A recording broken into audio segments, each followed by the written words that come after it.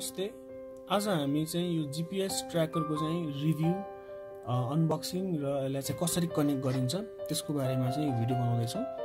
यो तपाईको portable GPS tracker हो र यसको बक्स भित्र आउने भनेको तपाईको यो एउटा जीपीएस ट्र्याकिङ डिभाइस भयो हैन, जीपीएस ट्र्याकिङ डिभाइस भयो। अनि तपाईको यसमा अर्को आउँछ भनेको चाहिँ यो चार्जर एउटा आउँछ।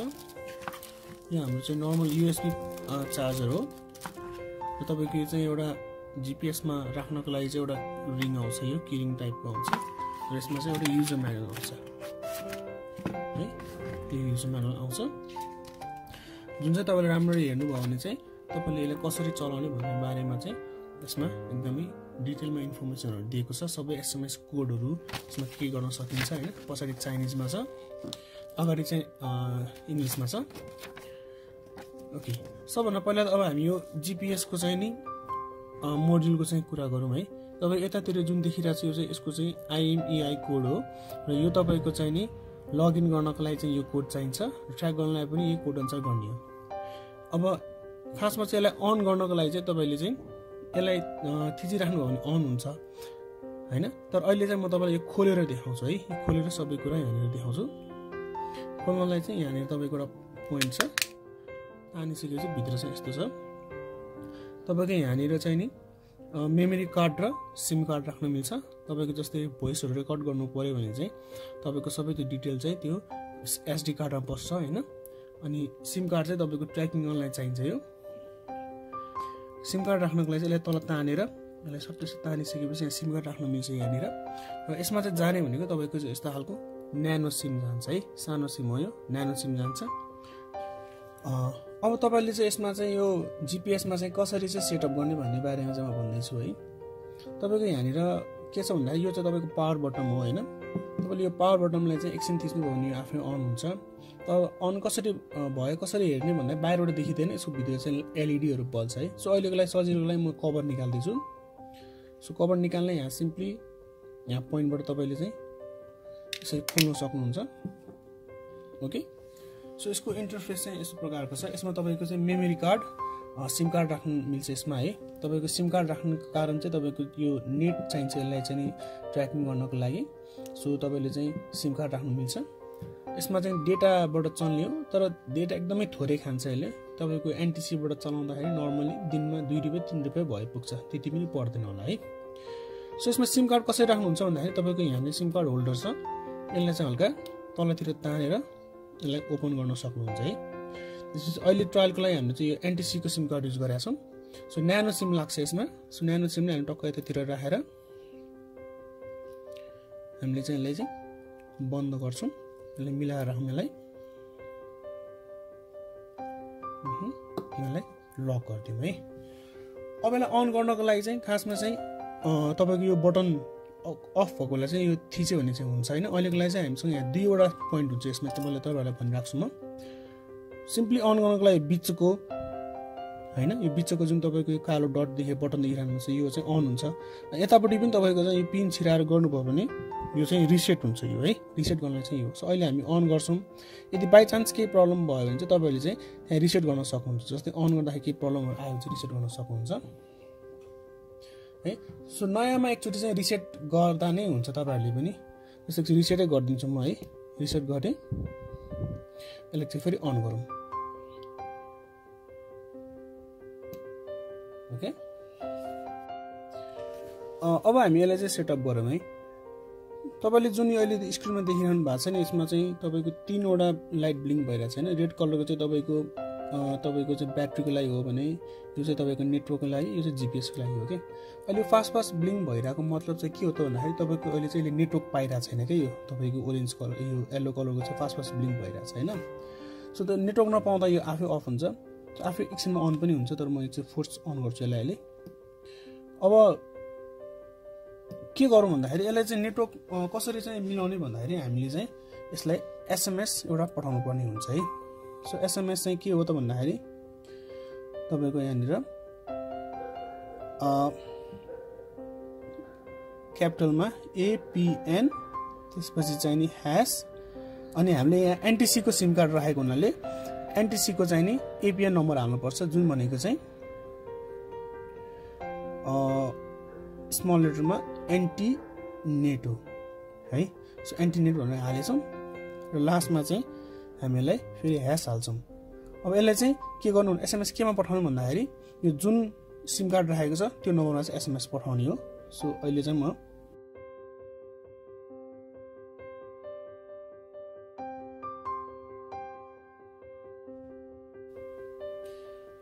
अब एकछिनमा यसले एसएमएस पाइसकेपछि यहाँनिर एउटा रिप्लाई मेसेज आउँछ।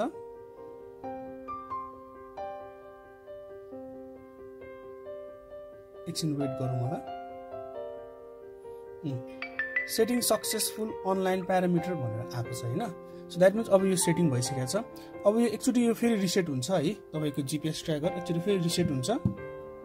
रिसेट भइसकेपछि अब तपाईको यो ब्लिङ्किङ चाहिँ नि बिस्तारै तपाईको चाहिँ यो फास्ट ब्लिङ्कबाट चाहिँ तपाईको नर्मल ब्लिङ्कमा कन्भर्ट हुन्छ यो है।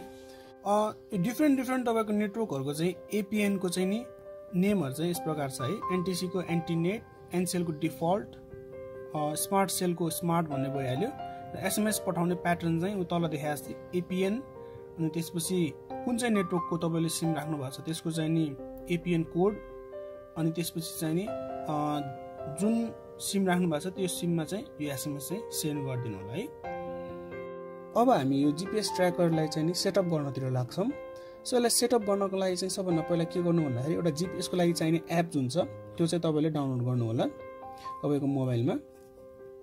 तपाईले ट्र्याकिङ गर्नको लागि मोबाइलबाट अथवा कम्प्युटरबाट पनि वेबसाइटमा गएर गर्न सक्नुहुन्छ र आइओएसमा पनि, आइओएस एन्ड्रोइड दुवैमा हुन्छ यो है।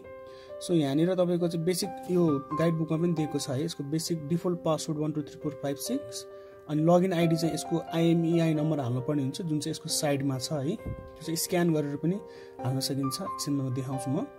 र तपाईको चाहिने एप भनेको जीपीएस 365 हो है। सो हामी चाहिँ प्ले स्टोरमा गएर जीपीएस 365 भन्ने एप चाहिँ डाउनलोड गर्छौं है। जीपीएस 365 भन्ने एप चाहिँ हामी डाउनलोड गर्छौं। यो फर्स्ट वाला नै हो यो है, जीपीएस 365। सो यसलाई ओपन गरौँ। यस्तो खालको आउँछ हैन, यस्तो खालको इन्टरफेस आउँछ।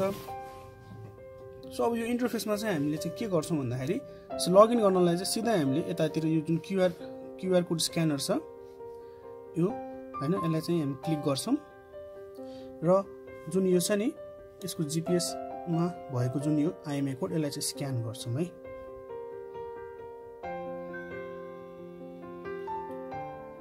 सो स्क्यान भइसकेको छ। स्क्यान भएपछि अटो लगइन हुन्छ। अब यसले चाहिँ तपाईले यहाँनिर इन्फर्मेसन हाल भन्छ हैन। तपाईको मोबाइल नम्बरमा चाहिँ के गर्नु भन्दाखेरि यहाँनिर जुन चाहिँ सिम कार्ड राखेको त्यसको मोबाइल नम्बर हाल्नु होला र पासवर्ड चाहिँ नि ओल्ड पासवर्ड भनेको तपाईको चाहिँ नि 123456 जुन यसको डिफल्ट पासवर्ड हो त्यही नै हुन्छ हैन। न्यू पासवर्ड तपाईले एउटा कुनै राख्न सक्नुहुन्छ, 45678। अहिलेको लागि चाहिँ मैले यो राखेको छु है।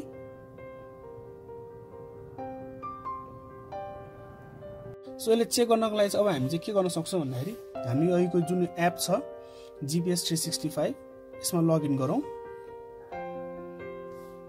अघि हामीले अलरेडी लगइन गरिसकेको हुनाले डाइरेक्टली चाहिँ तपाईको यसमा यो इन्टरफेसमा आउँछ हैन। यसमा सेटिङमा गएर हजुरले चाहिँ गुगल म्याप सेलेक्ट गर्न सक्नुहुन्छ। बाइ डिफल्ट चाइनिज बाइडुमा हुन्छ हैन, तपाईले गुगल म्याप सेलेक्ट गर्न सक्नुहुन्छ। सो गुगल म्याप सेलेक्ट गर्नु भएको छ अनि तपाईलाई एकचोटी ट्र्याक गर्नु। यो सेटअप भइसकेको छ हेर्नु है। त्यहाँनिर ब्लिङ्किङ पनि अहिले जस्तो फास्ट छैन। अब यो ब्लिङ्किङ कम भएर गइसकेको छ है। अहिले चाहिँ एकदमै फास्ट ब्लिङ्किङ भइरहेको थियो नि चाहिँ अब चाहिँ यो ब्लिङ्किङ चाहिँ इन्टरभल कम भइसक्यो। द्याट मिन्स अब यो चाहिँ नेटवर्कमा पनि आइसकेको छ है। सो अब ट्र्याकमा गएर एकचोटि हेरौँ र तपाईको यहाँ अहिले यसको चाहिँ ब्याट्री पर्सेन्टेज यो कहाँनिर छ भनेर चाहिँ अहिले लोकेसन देखाइरहेछ है।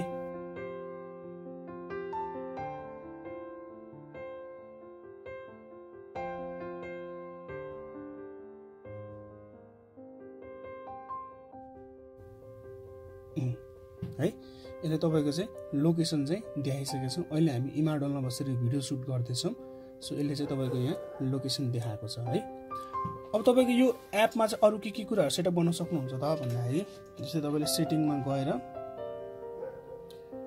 मेन कुरा भनेको तपाईँको यो अपलोड इन्टरभलहरू यिनीहरू चाहिँ म्यानेज गर्नुभयो भने ब्याट्री चाहिँ कन्जम्पसन चाहिँ कम गर्न सकिन्छ है। जस्तै तपाईँले अपलोड इन्टरभल चाहिँ तपाईँले जति लामो राख्नुभयो त्यति चाहिँ तपाईँको चाहिँ जति धेरै राख्नु त्यति ब्याट्री चाहिँ कम युज हुन्छ, जति थोरै राख्नुभयो त्यति ब्याट्री फास्ट जान्छ। सो नर्मल्ली हामीले चाहिँ त्यस्तै 1 घन्टाको आधी घन्टाको राख्दा चाहिँ ठिक्कको हुन्छ यो होइन। यो भने के हो त भन्दाखेरि तपाईँको प्रत्येक आधी घन्टामा चाहिँ यसले चाहिँ यसको चाहिँ लोकेसन चाहिँ सेयर गर्छ के हैन। तपाईँले म्यानुअली पनि तपाईँको लोकेसन अहिले करेन्टली कहाँ छ भनेर हेर्न चाहनुभयो भने चाहिँ डाइरेक्टली ट्र्याकमा गएर हजुरले यो रिफ्रेस गर्नुभयो भने चाहिँ म्यानुअली पनि अहिले कहाँ छ भनेर चाहिँ यसले चाहिँ देखाउँछ है। अथवा चाहिँ तपाईँको चाहिँ बाई डिफल्ट तपाईँले चाहिँ यसले चाहिँ आफ्नो लोकेसन पठाइराखोस् भनेर चाहनुहुन्छ भने इन्टरभल चाहिँ त्यहाँबाट चाहिँ सेटअप गर्नुहुन्छ तपाईँले है। सो अरू भनेको यिनीहरू नै हो। तपाईँको यहाँनिर के अरे यसले साउन्ड रेकर्डिङ गर्ने अनि यसको चाहिँ फेन्सिङहरू गर्ने होइन, यो सबै तपाईँले चाहिँ यहाँबाट चाहिँ मिलाउन सक्नुहुन्छ है यसैमा गएर चाहिँ। सो अन अफ के गर्ने बत्ती पुस नोटिफिकेसनहरू होइन। सो यहाँबाट चाहिँ तपाईँले चाहिँ आफ्नो त्यो गर्न सक्नुहुन्छ। जस्तै भोइस रेकर्ड कहाँ गर्ने, एपमा गर्ने कि यसकै मेमोरी कार्डमा गर्ने कि होइन, सबै यतातिर सेटिङहरू छ, त्यो चाहिँ तपाईँले चाहिँ मिलाउन सक्नुहुन्छ आफैले चाहिँ। सो यही नै हो। तपाईँको प्लेब्याक भन्ने अप्सन छ। सो प्लेब्याकले चाहिँ तपाईँको 24 आवरमा चाहिँ तपाईँको यो डिभाइस कहाँ गएको छ भन्ने कुरा चाहिँ यसले चाहिँ देखाउँछ होइन। सो अहिले यो गरेर चाहिँ तपाईँले कन्फर्म गर्नुभयो भने चाहिँ यसले यसको चाहिँ म्यापहरू चाहिँ कहाँबाट कहाँ गएको छ भनेर देखाउँछ। अहिले चाहिँ भर्खर नयाँ भएको हुनाले चाहिँ यसमा केही पनि देखाएको छैन है। सो बेसिकली तपाईँको चाहिँ यो जिपिएस ट्र्याकरको चाहिँ यति नै हो कुरा। सो यसमा अरू कुनै कन्फ्युजनहरू भएमा तपाईँले चाहिँ हाम्रो तल कमेन्ट छोड्नु सक्नुहुन्छ अथवा चाहिँ हाम्रो ड्रिमर स्मार्टको चाहिँ नि नम्बरमा चाहिँ तपाईँहरूले कल गरेर हामीसँग बुझ्न पनि सक्नुहुन्छ है। Thank you. तपाईँहरूले यो जिपिएस ट्र्याकर चाहिँ चलाउँदाखेरि चाहिँ नि यतिकै तपाईँले होइन जस्तै यो राखेर यसलाई कभर गरेर यसरी चाहिँ स्ट्यान्ड अलोन मोडमा चाहिँ एउटा चाहिँ सेट गरेर पनि युज गर्न सक्नुहुन्छ। अथवा चाहिँ तपाईँलाई चाहिँ नि यो चार्ज गरिराख्नु पर्ने झन्झटबाट तपाईँलाई चाहिँ अब हुन्छ नि एभ्रिडे आफ्नो कुनै गाडी अथवा कहीँबाट निकाल्दै चार्ज गर्नु मन लाग्दैन भने तपाईँले आफ्नै गाडीमा चाहिँ अथवा आफ्नै बाइकहरूमा एउटा चाहिँ युएसबी चार्जर फिट गरेर सिम्पली यसलाई चाहिँ अलवेज चार्ज गरेर पनि चलाउन सक्नुहुन्छ है। यो त अलवेज चार्ज गरेर चलाइराख्यो भने चाहिँ तपाईँको यसको ब्याट्री डाउन नै हुँदैन। नभए चाहिँ तपाईँले चाहिँ यसलाई चाहिँ स्ट्यान्ड अलोन मोडमा चलाउनु भयो भने तपाईँको 100% चार्ज छ भने तपाईँको नर्मली 30 मिनटको चाहिँ ड्युरेसनमा तपाईँले आफ्नो डेटाहरू सेन्ड गरिराख्नुहुन्छ भने चाहिँ यो 2 to 3 डेजसम्म चाहिँ यो चल्न सक्छ होइन। त्योभन्दा पनि अब तपाईँले 1 घन्टामा राख्नुभयो भने अझै तपाईँको धेरै टिक्छ, 2 घन्टामा गरे अझै धेरै टिक्ला। तर 5 मिनट 1 मिनट 2 मिनट गर्दा चाहिँ तपाईँको 1 दिनमै पनि ब्याट्री सकिन सक्छ। सो तपाईँले चाहिँ रियल टाइममा नै तपाईँले चाहिँ यसको चाहिँ नि डेटाहरू पाइराखोस् भन्ने चाहनुहुन्छ भने चाहिँ चार्ज गरेर तपाईँले कन्टिन्युस यसलाई युज गर्यो भने चाहिँ तपाईँले इभन 1 मिनटको इन्टरभलमा डेटा सेन्ड गरे पनि तपाईँको चाहिँ चार्ज यसमा चाहिँ सकिँदैन है।